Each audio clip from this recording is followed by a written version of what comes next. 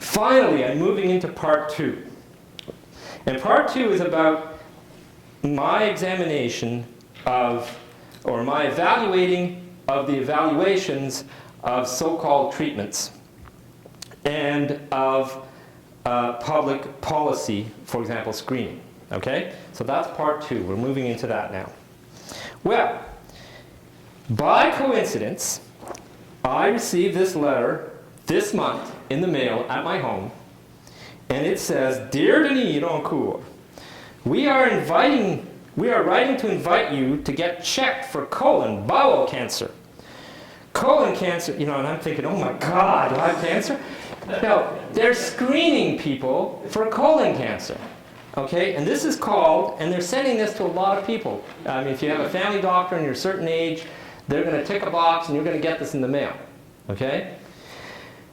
And the program is called Screen for Life. Cancer screening sees what you can't.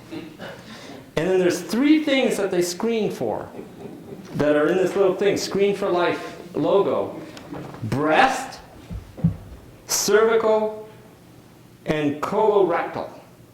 All right? So they're going to screen us.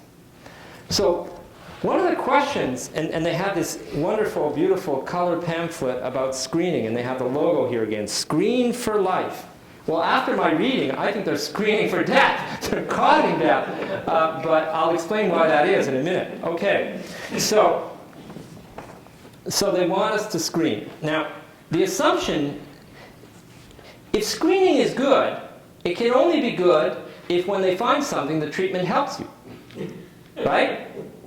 So if you're arguing that screening is a good policy, you're basically arguing that medicine is able to help you if we detect what we're screening for. If you're arguing that screening is a bad thing, you're essentially saying that the remedies are not good. You're partly saying that. Okay? So the debate about screening is ferocious. I'm going to describe it. There's some big medical people who are debating whether or not breast screening, for example, is a good thing or not. Okay? And it's a vicious debate. All right. So, let's see. Let me just give you a sense for what I've been seeing here. Here's an article. So instead of just telling you the conclusion, I'm going to give you bits and pieces of different articles so you can see how you can put it together. So for example, I find an article here in 1969. Now this was a shocker to me, this particular one, because it was a study where they asked for one of the first times, is the chemotherapy that we've been using helpful? Now they've been doing chemo at that time for a couple of decades, and there'd never been a study to figure out if it was a good thing. They're giving you this poison for decades, and it's a systematic recommended thing, and no one had ever bothered to try to find out if it was actually helpful. Okay? I'll explain why that is in a minute, because of the paradigm that they believe. So they believe this paradigm so much that they're willing to poison people. Anyway, here we go. So what I found in this article was something very shocking. What they found was, well, instead of reading it, I'll just tell you what they found. So this is an article from '69. It's entitled "Systemic Chemotherapy as an Adjuvant to Surgery in the Treatment of Breast Cancer," in case you ever want to find it. What they found is they looked at 2 chemochemical treatments and studied whether it was helpful or not. In the first one, they found that there was no net benefit that they could detect. So they'd been subjecting these poor women to all these side effects and toxicity and everything, and there's no net benefit in terms of their breast cancer. For the second drug that they tested, they found that they were killing people with the drug. Okay? Huge toxic reactions that actually killed. They counted the number of patients they killed and so on. They had never done this before. So I was, maybe you could go into the legal literature and find that there was a class action suit following this research. I don't know. But that's an example of what happens. So that's the early work.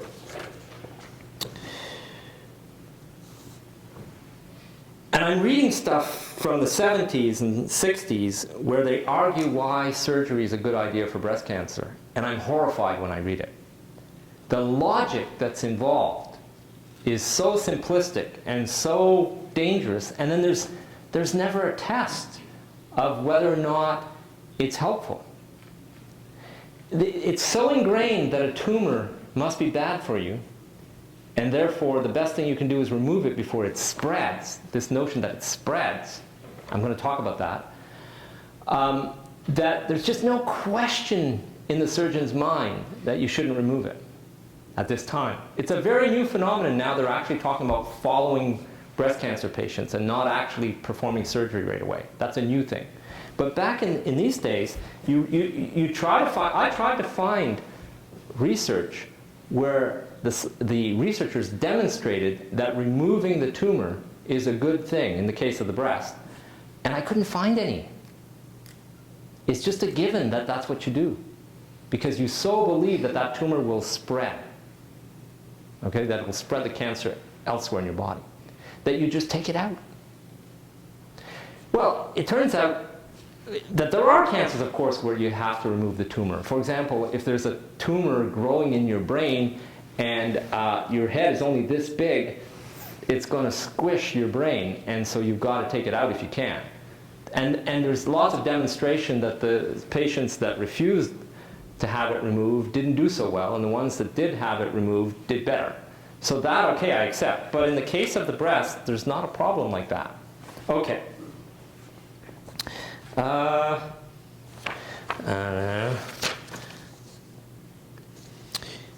In 1994, the status was we simply don't evaluate the treatments. We just test them in the petri dish in the lab, and we assume they work, and if they're safe enough not to kill you, then we just apply the treatments.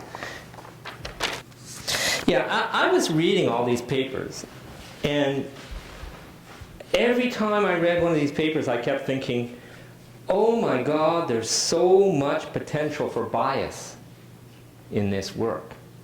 This is so tenuous. This is so unbelievable. Oh my God. And they're all like that, okay? And then I found one that was particularly striking, because not only was it tenuous and questionable, but when I looked at this group that studied a large cohort of women over many decades, I found that they were reporting different things for the same patients from an early publication to another year's publication to another year. The numbers were changing, and their treatment was getting better.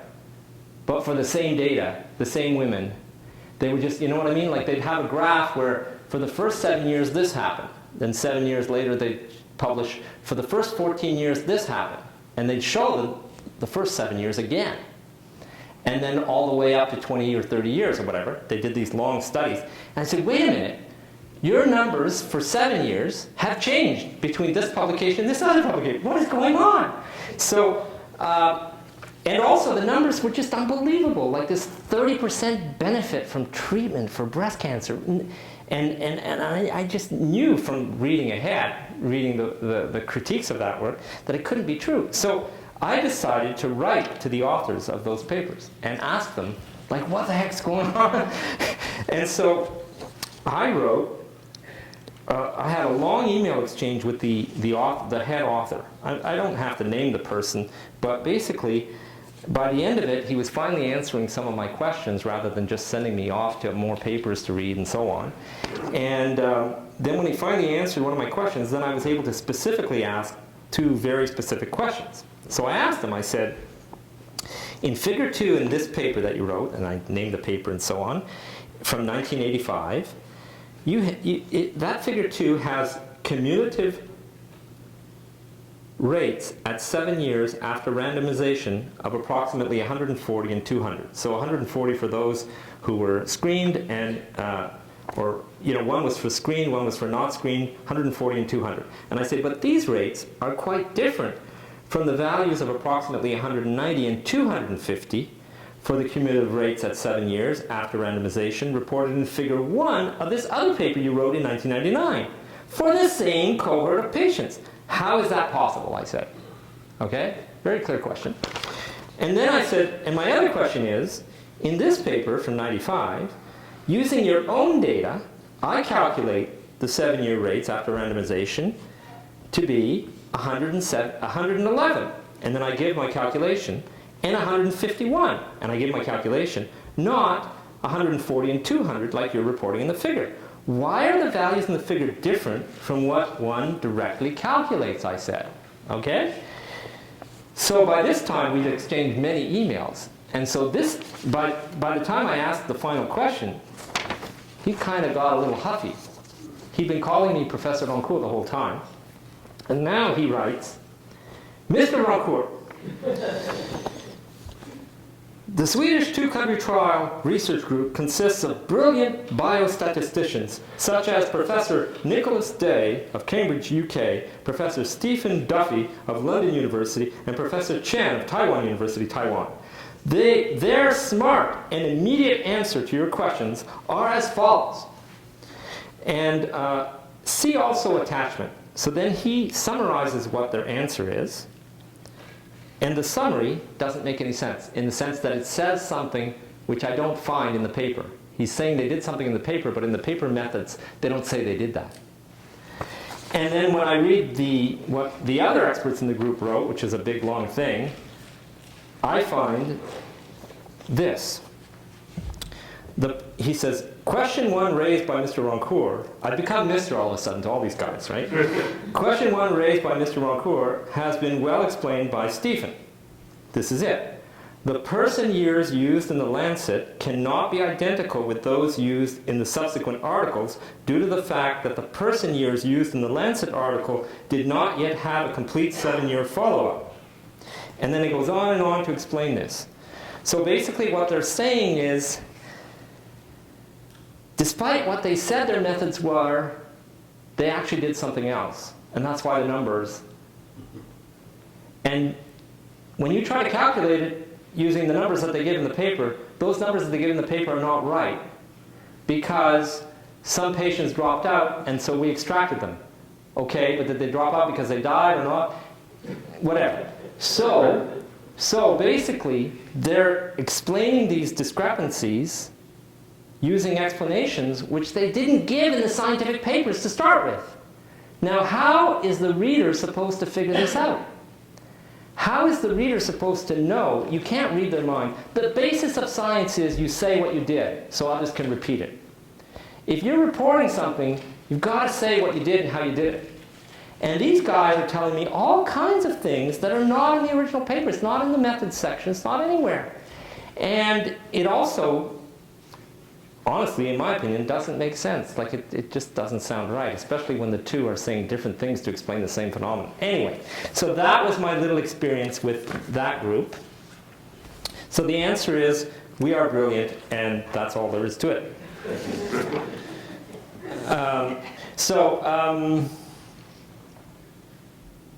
Right. So as a summary of the scientific literature, you can go and look at the big data banks of all the deaths in the world by country and everything, and see how many people die of breast cancer. So you've got all this screening, you've got all these sophisticated methods that are getting better and better all the time, and so you look at death rates from cancer across time. And what you find is that it doesn't change. It's been the same since about 1950. It's virtually unchanged, no matter what they do.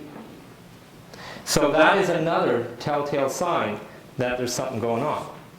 So in conclusion to this section, I'd like to say that there is another researcher that I mentioned in the early part that wrote something quite fascinating about breast cancer. This guy, Peter Gocci, he wrote a paper. Remember I said, if you're screening but the treatments don't help, then the screening is not a good idea.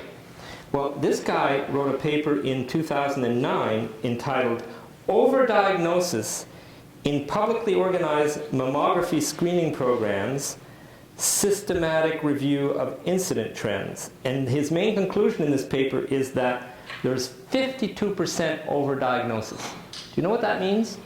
That means 52% of the time, they found a cancer in a patient that needed to be treated. But in fact, that cancer would never have caused even any symptoms, let alone death. 52% of the time. And then he goes on to explain, imagine what that does to the person. You find something that, in practical terms, is not there. And you tell them they have this cancer and it might spread. And you start treating them. And he goes into the negative effects of that. Okay? So this guy is considered radical because you have to realize that this paper in 2009 is at the end of a huge debate in the science, whether or not screening is a good thing or not. And you've got huge research teams saying, trying to prove, like these guys I was exchanging with, they claim there's a 30% benefit in mortality from screening. 30%! And this guy is saying there's no net effect that he can see and only harm. So in 2015, this same Professor Gauthier wrote a very important article in, again, a leading journal, Journal of the Royal Society of Medicine. The article is entitled, "Mammography Screening is Harmful and Should Be Abandoned." Is that clear enough? Here's a leader in the field saying, look, I'm going to put my reputation out on the line here, and I'm going to tell you that this has to stop. And in this paper, he explains in great detail how it is that he's sure that it's harmful, and that why it should be stopped, and what it does to these women who are put through it. Well, that's a pretty clear sign that things have gotten out of hand. Okay? All right, that's my review of the literature. I wish I could do a brain dump and let you know everything I read and all the reasoning I went through and everything, but I went through dozens and dozens, if not hundreds, more than 100 articles, trying to look at the ones that are most cited, that cover all the things. And boy, I'm telling you, the science is bad. Bad, bad, bad, bad, bad. Like, this is what they're basing their reasoning for doing these horrible things to people on. It's frightening. Okay. Are you still with me? What time? I don't know how long we've been going, but I'm at part 3 now, which for some of you I know might be the most interesting part. It's about understanding what is cancer. So, the dominant paradigm about what is cancer comes from the 1930s. This medical researcher had the idea that since he would find a tumor and he would follow this patient, and then eventually the patient would die, and then when they did an autopsy they would find that there wasn't just a tumor that the doctor found, but there was tumors all over the place, in several other organs, in several other places. So the conclusion was that since they found a big tumor in one place where it was easy to find, and then when they died from many tumors, that obviously the tumor they found must have spread to all the other organs somehow. It sent out seeds and spread, and then the other tumors grew everywhere else. Okay? It didn't occur to him that maybe, well, no, it did occur to them. There was, to be honest, there was a debate, and there was reasons for him to conclude that. But still, you would think that another way of looking at this is that the tumors are developing simultaneously in many organs or in many places, maybe at different rates, and maybe at different rates of growth in size and appearance at different times, but it's not one tumor that initiates something and then it spreads, this idea that it spreads. So the idea that it spreads was, he called it, this idea of you have a seed that you send out, and if it falls on fertile soil, because they knew that certain organs are much more likely to get tumors than other organs, if it falls on fertile soil, then it'll grow into a tumor. See, when people die of cancer, they typically are full of tumors. Okay, so unless it's a massive tumor in the brain, or it's a massive tumor in your colon, or some place where it's really sensitive and it disrupts function. But often you'll die of many tumors that starts to disrupt all kinds of organs. So there was this idea of seed and soil.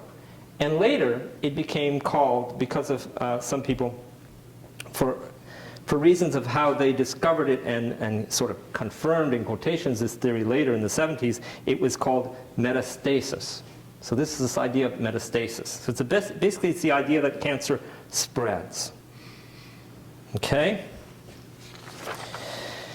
So let me give you 3 quotes from the literature at 3 different periods in time that tell you what the status of knowledge about metastasis is in the medical profession. So we have 1977, an article entitled "Metastasis Results from Pre-Existing Variant Cells Within a Malignant Tumor." 77. And the author says in the introduction, "In spite of the importance of this phenomenon, little is known about the pathogenesis of metastatic foci or their relationship to the primary tumor." What that means is, we have this idea about how it spreads from the primary tumor, but we don't really know anything about how it happens. Okay? You say, well, okay, it was early 1977, fine. But since then, since it's the most important thing around and everybody's studying it, you're likely to figure this out, right? Okay. So then we go to 2006. And this article is entitled "Cancer Metastasis, Building a Framework." And the introductory paragraph says, "How tumors spread and kill their host organism remains an enigma, but not for lack of attention. For more than a century, cancer biologists have postulated that metastasis results from the interplay of wandering tumor cells with permissive target tissues." So there's no conclusive understanding of it yet in 2006. We move to 2015, and this article is called "The Revolutionary History of Lethal Metastatic Prostate Cancer." And in the introductory paragraph, the authors say, "However, despite its clinical importance, little is known about the principles governing the dissemination of cancer cells to distant organs. Although the hypothesis that each metastasis originates from a single tumor cell is generally supported, but we don't really know how or anything like that." So you have, throughout 100 years or more, this idea of seed and soil metastasis, and researchers admitting that there's no real conclusive evidence for it. But they're not going to let go of this thing. So we just need more refined techniques, right? So throw in genetic studies. Throw in special instruments that can look at little particles and cells flowing around in the blood, and see if you can detect those cancerous cells going to other organs to seed them and so on. And so you've got all kinds of papers looking for this and finding it, but still no proof that this is really what's happening, or that those cells weren't just there because they were there, and so on. So it goes on like that. That's the dominant model of how cancers operate. That's why a surgeon will see a tumor in your breast and say, "Oh God, we got to cut it out before it spreads." Okay? And that's why, after they cut it out, they're going to want to give you chemotherapy, because they're going to want to kill all the little seeds that are in different places in your body. So let's kill them all and give you chemo, because they believe this thing, which I think you can show is not true. Okay. The war on terror. Yeah, it's just like the war on terror. It's exactly like that. Okay, so now we're getting into fundamental understanding about cancer. If we just forget about this metastasis thing, put it aside for a while. Most researchers can't do that, but let's do it. And look at and try to answer the question, what is cancer? Well, the first thing you notice about cancer is that it increases dramatically with age, across the board. There are some rare cancers that attack young people, but they're rare. The big cancer killers, basically, the older you get, the higher chance you have of getting cancer. It accompanies old age in a very predictable way, statistically speaking. Okay? So aging and cancer go together, without a doubt. They accompany each other. And there's lots of papers about this, and there's models about why it happens, and so on.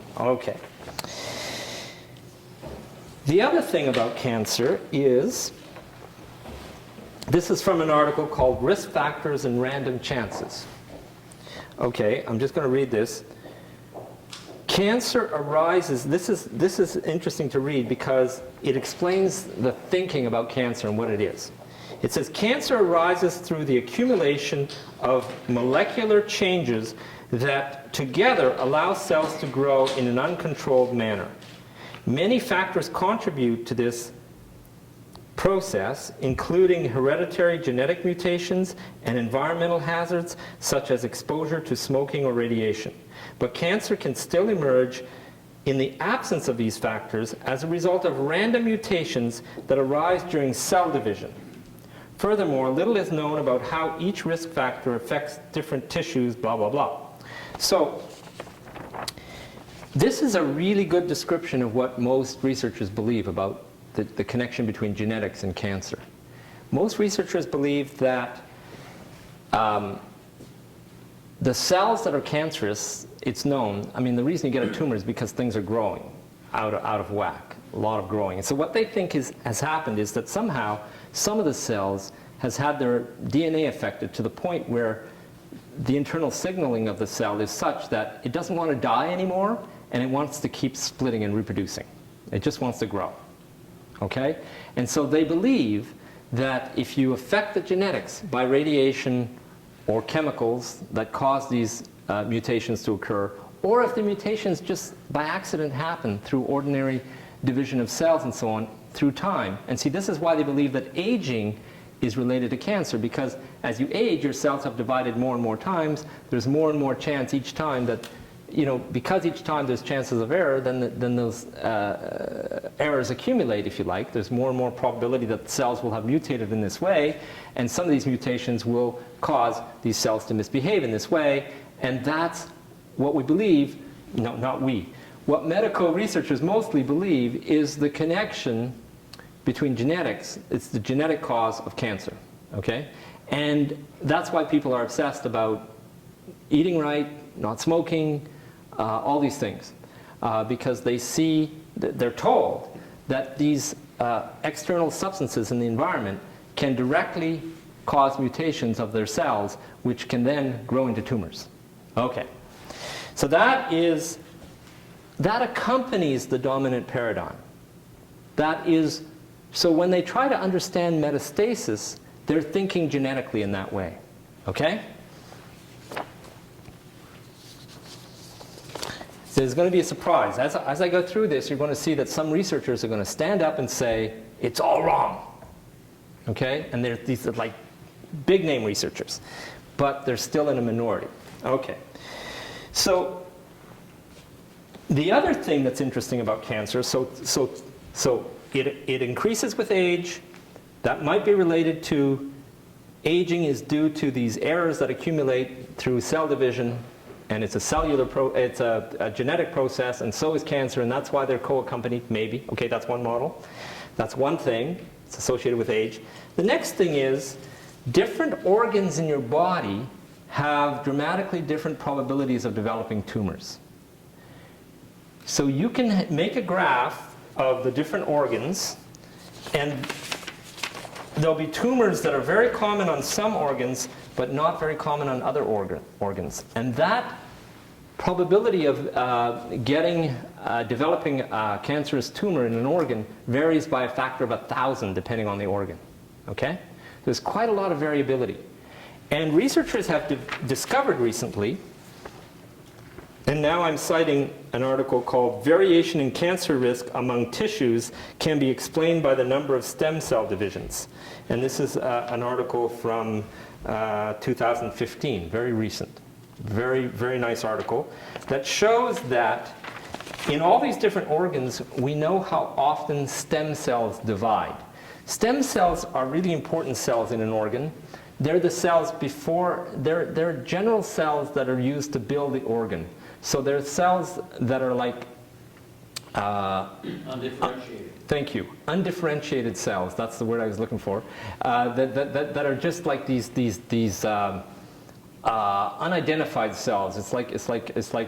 It's as though, you know, imagine that you have children that are asexual, and they develop a sex when it's time to be sexual later in their lives. Okay, these cells are like that. They're uncells until it's time to become a liver cell because they happen to be in the liver, and then they do that. Okay, so they're stem cells. So stem cells are dividing at different rates in these different organs. because different organs need new cells more frequently or less frequently depending on which organ it is. So what these researchers found is that they're able to measure how often stem cells divide in an organ, and they plot the cancer lifetime risk on one axis versus the stem cell division rate on the other axis, and they get a linear graph. Okay? So what this shows is that organs where the stem cells divide often are the ones that have a high probability of developing tumors in a linear way. Okay? So what does this tell us? What does this tell us? Well, it's at first sight you might think, well, there you go, that's a proof, you might think, of the genetic model of cancer, because if these stem cells are dividing often, and every time you divide you can get an answer, you can get a genetic error, then we're accumulating genetic errors in that way. And that's why there's more chance of tumor there. Sounds really reasonable, but I'm going to challenge that. Okay? I'm going to give an alternative explanation that's more in line with some of these radicals that are taking down the dominant paradigm. But we'll keep it in mind. Okay. So there's that. There's another problem, too, with the genetic interpretation of cancer. And that's this. There are studies that have looked at cancer in twins. And there's one study in particular, one of the biggest ones, studied 44,788 pairs of twins. That's almost 100,000 people. And this study was in 2000, published in 2000. It's called Environmental and Heritable Factors in the Causation of Cancer. And what they found is that one of the twins will get cancer, and then they asked the question, is it likely that the other twin will get cancer? And how far apart will the cancers develop, will be diagnosed, and so on. So they looked at, if you're basically genetically identical, does that make you susceptible or not to cancer? And you know what the result was? There's no connection between the cancers of these two when they're twins. None. So that kind of like blows a big hole in this whole genetic predisposition to cancer. I mean, there may be certain genetic types that are, but when you look at as many twins as you can't find any relationship. Okay? Now, these guys were hoping to find something. They didn't find anything. Okay. So that's something to keep in mind. That's sort of a counter to the genetic idea. Now, we're getting closer to the part where the researchers are challenging these ideas now. Okay, so now I go to a review that was written in 2005. Now, this is a big, thick paper because it's a review paper written by leaders in the cancer research field. And the idea was to review. So they gave themselves the task, and the editors gave them the task, of reviewing every possible model for cancer out there.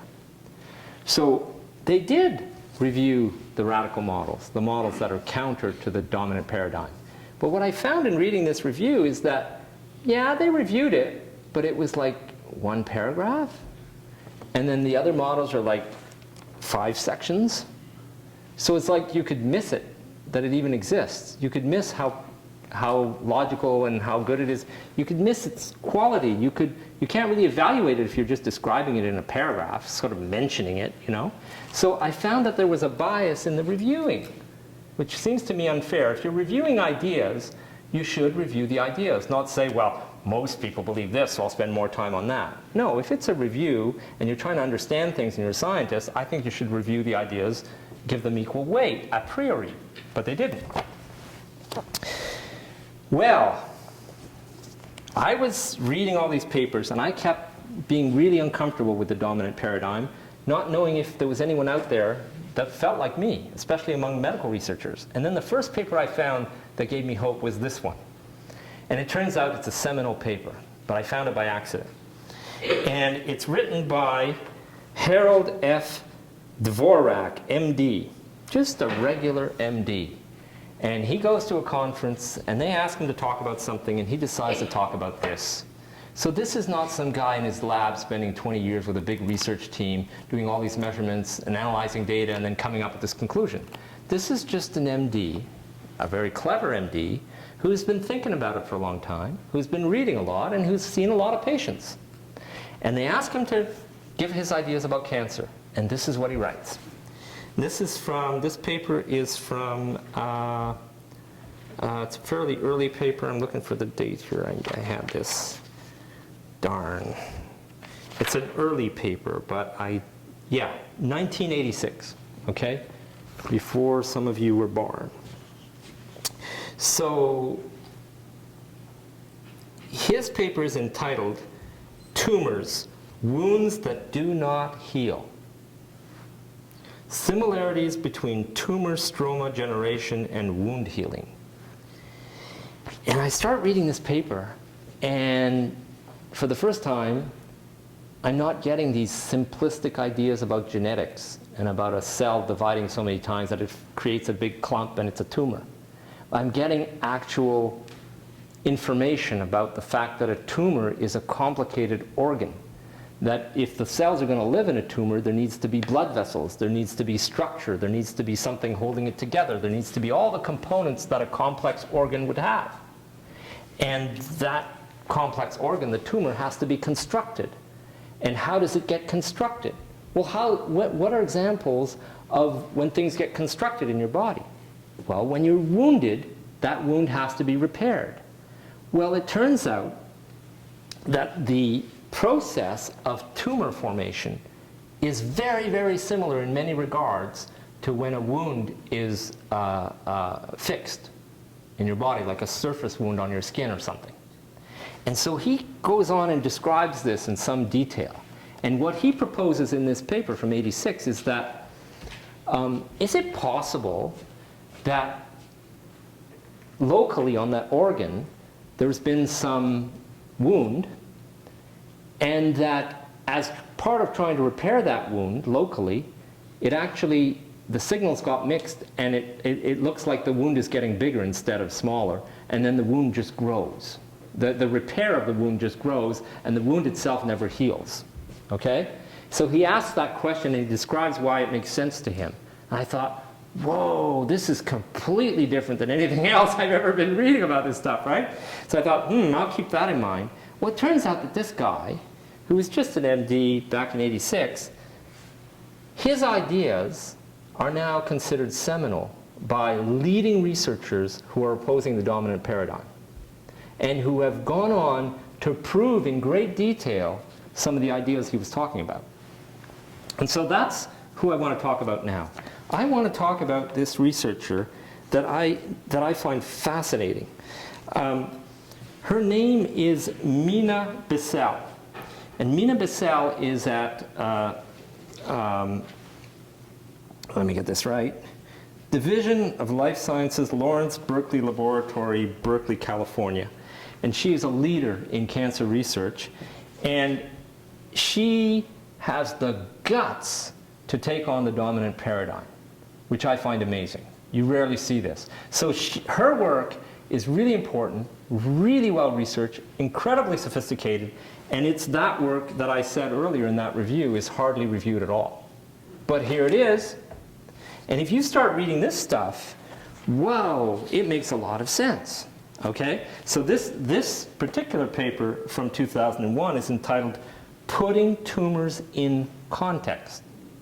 And what she says in this article is that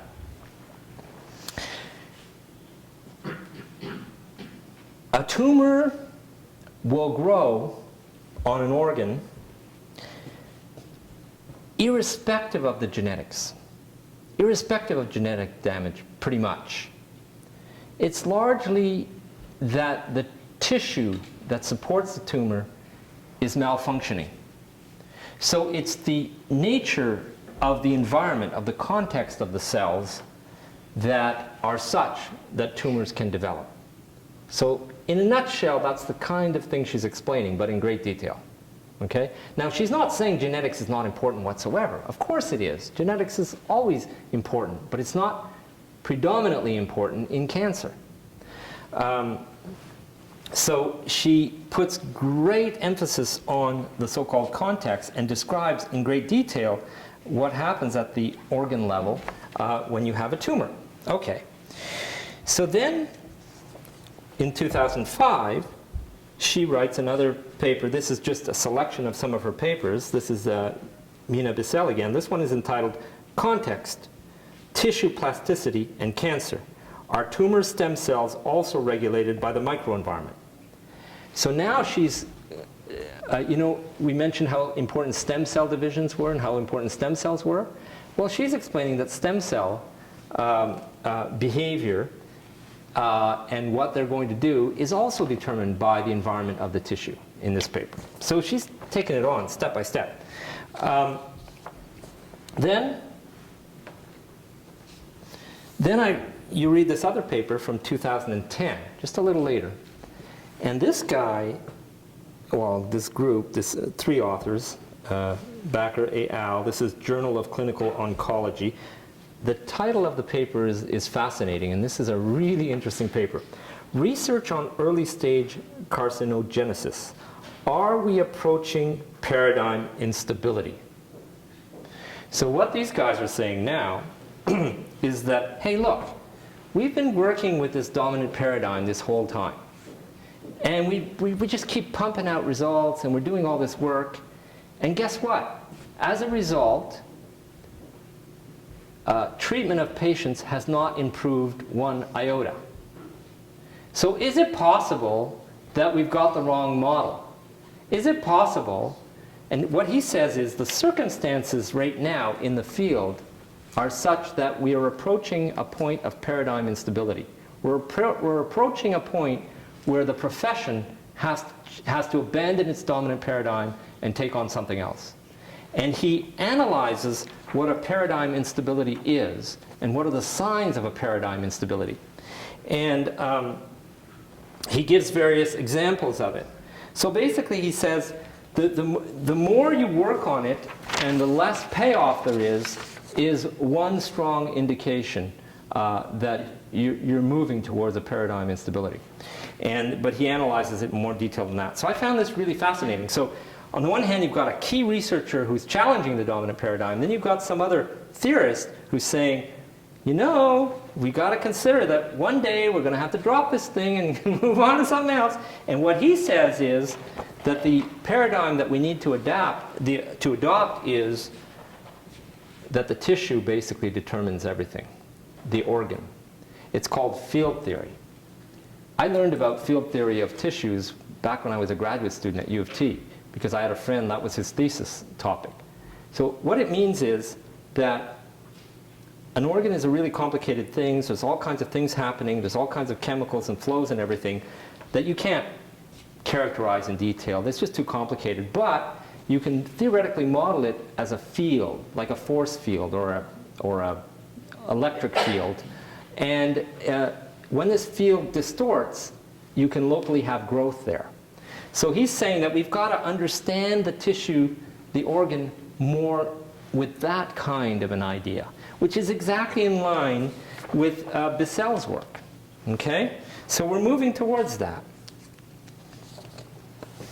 And then we've got another guy that attacks it from another angle, and he says, this paper in 2014 is entitled Stochastic Modeling Indicates that Aging and Somatic Evolution in the Hematopoietic System are driven by non-cell autonomous processes. Now that's complicated, and what it means is it's not genetic. It's driven by something else. It's not about the cell doing it. It's about the tissue and the organ doing it. And he's saying that he's able to model things and make sense of things if he lets go of that genetic assumption and instead models the environment. Okay? So we're moving in that direction. And then you have all kinds of other papers that are not dropping the dominant paradigm, but that point out that it has absurdities or inconsistencies or leads to difficulties. So there's a paper called A Progression Puzzle. It's a puzzle. This is from 2002. There's another one that is these people who do genetic analysis and try to prove metastasis and They have been severely criticized for not really proving anything at all by Bissell, among others.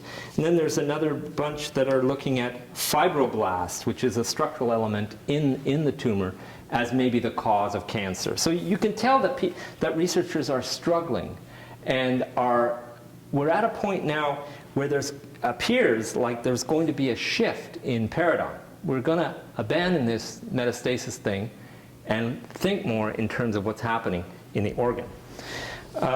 Then there's people using sophisticated techniques to spot individual cells and analyze them in the blood, and to try to prove that they didn't prove anything. Then you've got another line of research which is really interesting, which is related to this field theory.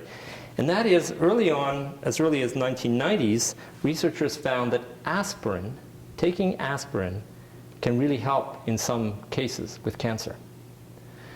Now, some people went off and said, whoa, well then the aspirin is causing genetic mutations or something, or genetic repair, or whatever. But if you think about it, the thing that's most known about aspirin and similar drugs is their effect on clotting and platelets and things like that. In other words, they have a dramatic effect on tissues and how tissues are going to behave. So maybe that's the connection with the aspirin, okay? So you've got all this. You've got some real challenges now from Bissell and others. And so that leads me to try to summarize what I think is happening, okay? This is how I would summarize it. Some of it's pieces that I'm putting in, some of it I got from the reading and so on, but this is how I would summarize it. You see, you're living, most of you, and the thing that your body has to do is keep it, among other things, not just keep you alive, but one of the really challenging things that your human body has to do is keep your shape, okay? You can't have one arm start growing way bigger than the other. You can't have bulges coming out. You can't have organs bloating out. You can't have, listen, you have to divide cells to repair your body. You have to constantly repair things that are getting broken for all kinds of reasons. And during all those repairs, you have to preserve the shapes of all your organs and their functions and the shape of your overall body. You've got to preserve shape, okay?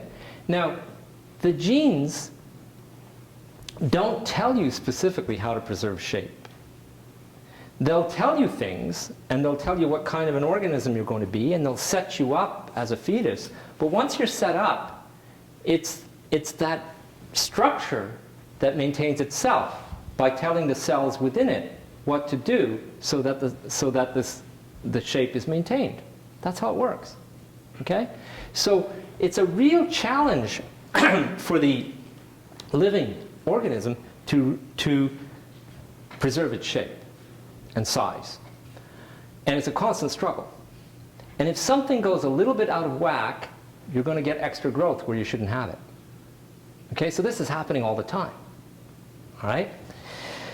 So if you deregulate the functions of the tissues, things are going to grow out of whack, irrespective of how much genetic damage the cells happen to have. So there's all kinds of experiments that I reviewed in here that show that cells that are believed to have the genetic mutations to create cancers and that are known to have those, when they put them into healthy tissues, they never develop into tumors because the tissue keeps them in line. There's Bissell and her work, they're now proving this, okay? So the development of the tumor is not from the genetic accidents. It's from the tissue and what's happening with the tissue. If you deregulate for some reason, if you unbalance how the tissue is behaving and living in the body, then you can start to grow a tumor there. All right?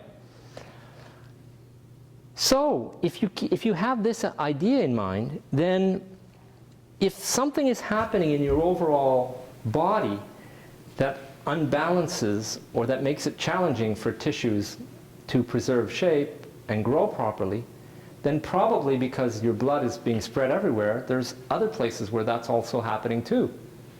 So probably if your body chemistry is such that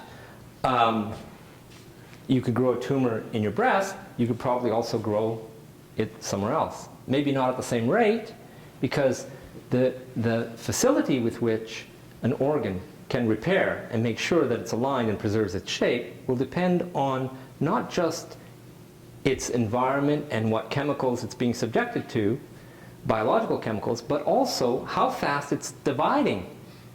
Because it's a lot more challenging to preserve your shape if the components of the organ are dividing all the time. Okay? It's more of a challenge. More things can go wrong. Versus this really slow growth and there's not really a lot of new cells coming, then it's not such of a challenge. Okay? So that would explain the huge difference from organ to organ in developing tumors. Okay? So what I think is happening, a way to look at this is as follows. See, whether or not a tissue will be in an environment in the body to be able to maintain its shape, I would propose is largely dependent on the amount of stress that you're being subjected to. Okay? And your response to stress. Stress is not just caused by the external, but it's how you internalize it as well. Remember, we were reading about that. If you perceive a danger, that can create as much stress as if there's an actual real danger. Okay. So, here's the model that I would propose. That this kind of thing is happening. On this axis, I'm going to put the size of a tumor. So the diameter, let's say, roughly, of a tumor. And on this axis, I'm going to put the level of stress that you're subjected to. Now, stress is a complicated thing. Constant stress versus intermittent stress. All these things are different, but this is just an idea, okay? So, and this size of a tumor, you know, if you have little tumors that don't grow of a certain size on various organs, it's not a problem, okay? I have little tumors all over my skin. I mean, it's not pretty, and it's because I'm old, but it's not a problem. I'm able to function. They're not growing out of control. They're not doing anything, right? So the skin is the biggest organ in your body, and it's visible. You can watch this organ, and you can see things growing on it, all kinds of things happening to it, right? It's happening all the time. And if you're stressed, more things are going to happen to your skin. Okay, whatever. So that's just a personal comment about how you can observe your own body. But so this diameter is not a problem if it's small and if it's not disrupting functions and it's not growing out of control. So you've got the tumor diameter here. And so what I propose is that if you have a little bit of stress, no problem. And then as you increase the stress,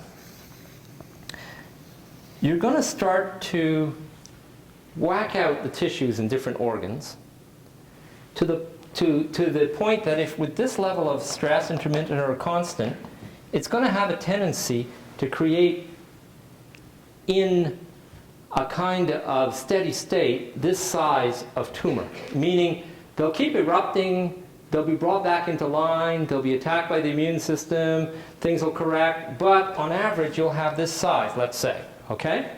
If you have this level of stress. But the problem is, and some of the papers show that, there can be a feedback mechanism. Like this wound can send a signal that it's just getting worse rather than better. And so a feedback curve is one that shoots off like this, okay? So there can be a critical amount of stress for this tissue such that this will fire off like that. And what that means is, beyond that stress level, the tumor is just constantly growing. And this is happening in maybe more than one tissue. So eventually it'll kill you, okay? So that's the idea. So that's what the curve would look like. But you see, the other thing is how well your tissues are at being tissue evolves with age. Maybe because of these genetic defects, maybe because, you know, you've got a limited lifespan. You are created all of a sudden. Your entire existence is against the law of entropy. You can't be around for very long. You're going to first grow, then you're going to get old, then you're going to die. During this whole process, if you're subjected to stress, your tissues might follow this curve, and for you and this particular tissue, you might be killing yourself, or you might be killed. This is what the curve would look like when you're young. But because your whole body is affected by aging, and because tissues don't function as well when you're older and don't have the properties that can fight this loss of shape when you get older, then as you age, there are different curves. And as you get older, this is old, this is young, okay? As you get older, not so much stress or the usual stress levels in your life, and you'll get cancer. Okay? So that would explain the impact of aging on tissues, which there are articles about here, would explain how the age relationship. The frequency is from the fact that it's harder to maintain an organ when there's more divisions and things are more dynamic. And so that is a conceptual model of how to visualize, with the help of a graph, what might be happening with cancer. Now, if this is true, or if something like this is true, it means the treatment for cancer has to be completely different than what medical doctors are doing now. It means that you have to admit that it's a natural process, that there is a progression, which they already do, and it means that you probably want to concentrate on this factor. Stress! Okay? If you want to treat cancer or prevent cancer, you've got to question yourself about what this is, what it means, the different kinds of stress, how people relate to stress, what are the physiological impacts of stress, and your studies have to target that if you want to understand this, and if you want to see some real benefits from medical science. You have to start concentrating on stress, is what it would mean. And also, it would mean that you have to look at treatments that, instead of attacking things with toxic chemicals, would look at what kind of chemicals or drugs would mildly affect tissue ability to preserve its shape and to not have tumor growth on it. Aspirin is one example. In certain circumstances, it works really well. Maybe there are other such modulators, such drugs, which are not toxic, that would help your tissues in certain circumstances. So if research were in that direction, I think it would be way more promising. So I think as soon as we adopt a paradigm that's more like this, it completely reorients what your research is going to be like. You know? And you don't take out a tumor from a breast if it's not life-threatening. And when it's in your breast, it's not going to be life-threatening. You follow it, and you follow the patient, and you see what's happening. And that is being admitted now more and more. So there might be cases where tumors have to be removed when they start really impinging on a vital function in the body. But you would do it as a last resort, because when you start carving the person out, well, first of all, you're causing a lot of stress, but also you're locally damaging the tissues tremendously. How are they going to repair? And what is that repair process like? And does that repair process disrupt the tissue to the point where its ability to preserve its shape and to fix itself without making new errors is preserved? Those are big questions. I'm not sure it's a good idea to perform surgery unless you absolutely have to, which is very different from the present situation right now. So that is what I think is going on from what I've been reading, and that is my presentation, and now I would be happy to discuss this with you and answer questions and so on. Thanks a lot for being so patient. Thank you very much.